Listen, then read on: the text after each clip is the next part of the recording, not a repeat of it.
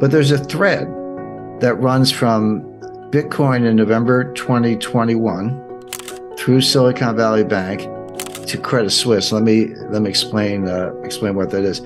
What's going on is contagion. So again, these are in the nature of government lies to kind of, disguise what they're actually doing. If you have to do what you have to do, yeah, you don't want the whole system to collapse. I understand that.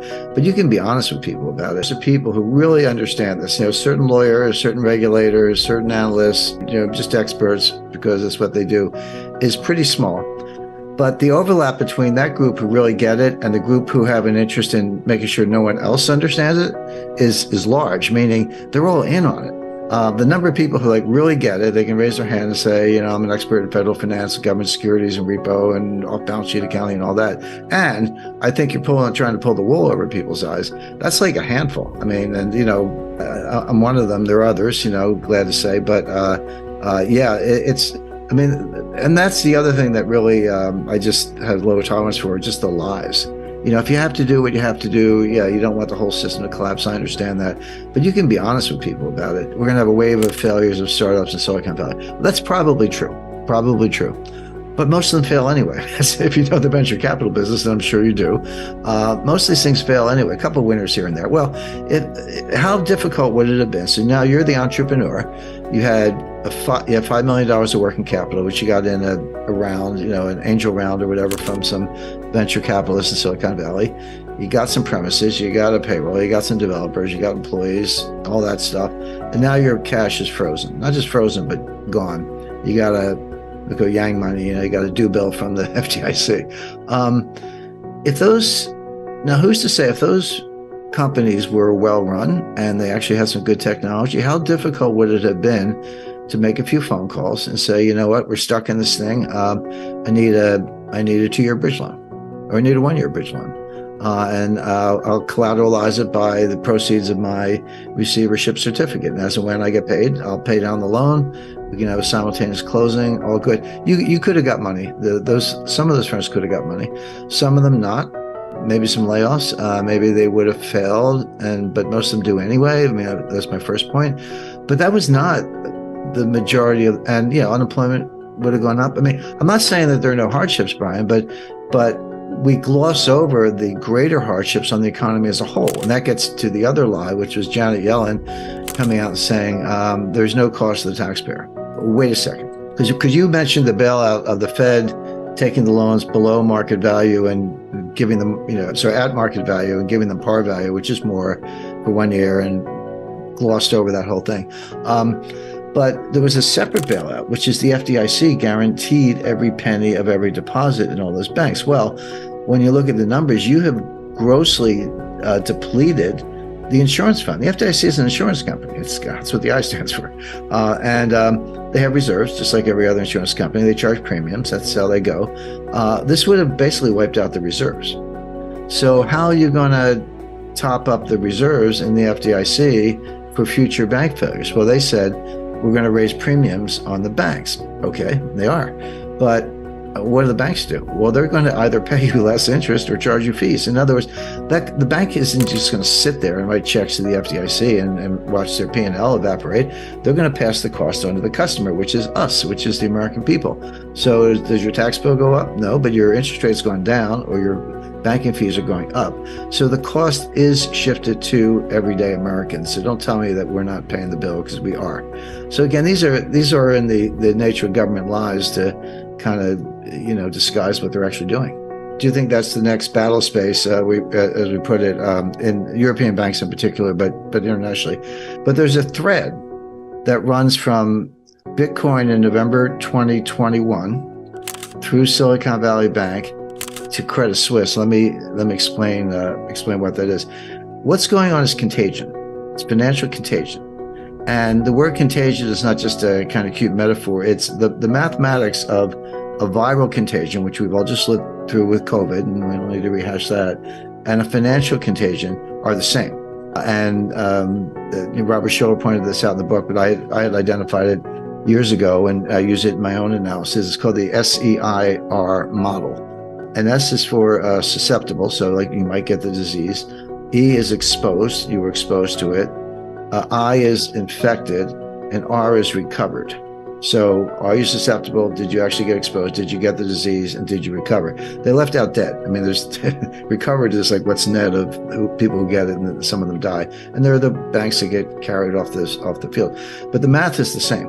And so when we look at how disease spreads, financial panic spreads the same way. Now, this panic, you can say it started with Silicon Valley Bank, and that's fair enough. But this goes back to November 2021. That's when the Bitcoin crash began. So between November 2021 and November 2022, Bitcoin fell 70%. It went from about $68,000 to about $15,000. Now, I know it's back. It's up over 25. That's Bitcoin. But that happened. And a lot of people had Bitcoin loans. They had deposits in crypto exchanges that themselves had overinvested in Bitcoin or had leveraged bets on Bitcoin. So you were seeing a crypto crisis. You were seeing a financial crisis in crypto land with Alameda, FTX, of course, that was a fraud, Genesis, Three Arrows. There were and they're still happening. There were a whole series of crypto firms collapsing. And I was watching this, and the question I kept asking myself is, okay, there's a fire in crypto land. They call it the crypto winter study. Does that jump from crypto land to mainstream banking? That was the question I was asking. It's in biology, it's called a zoonotic transfer. Does it go from the bat to the human? Although the Wuhan virus came from a lab, but the idea that there is zoonotic transfer is true. So I said, does this somehow jump from crypto land to mainstream banking? And it did. And the vehicle was not Silicon Valley Bank. It was something called Silvergate Bank.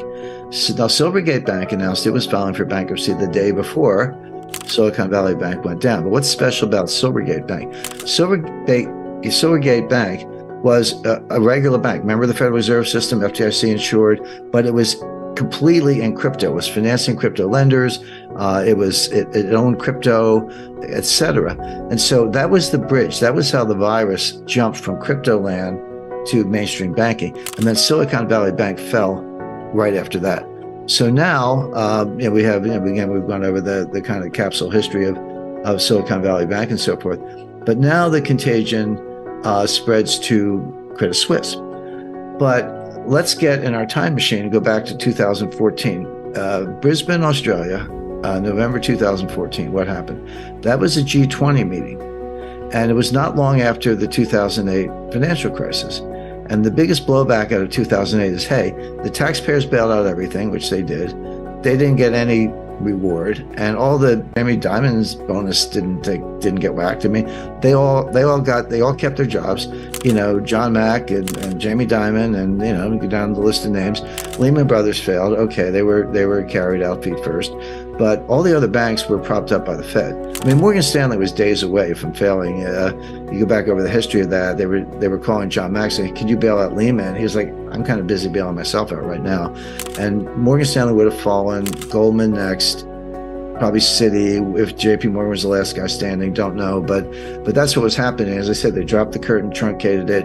They made Goldman Sachs and Morgan Stanley bank holding companies overnight. I've worked on bank applications. They take 2 years if they like you and 3 years if they don't. But this happened in literally overnight. Hey, you're a bank holding company, which meant the Fed could bail them out, and they did. But there was a big political reaction to that. This contributed to, the rise of Donald Trump, the rise of the Tea Party, Nigel Farage. I mean, there was just a lot of nationalist, conservative blowback to this. So the elites at the G20 meeting said, we can't have that happen again. So here's the new deal. We're not doing any more bailouts. We're going to do the bail-in.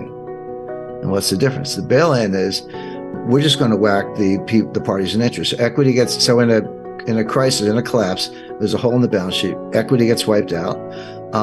Depositors are going to get wiped out to the extent needed to fill the hole in the balance sheet. And senior creditors, we're just going to keep going and take money from all the holders of any level until the hole in the balance sheet is filled. And only then will the government get involved, but hopefully that won't be necessary. No more bailouts of bondholders, in other words, no more bailouts of depositors. That was the bail-in rule. So now come to Silicon Valley Bank. What happened?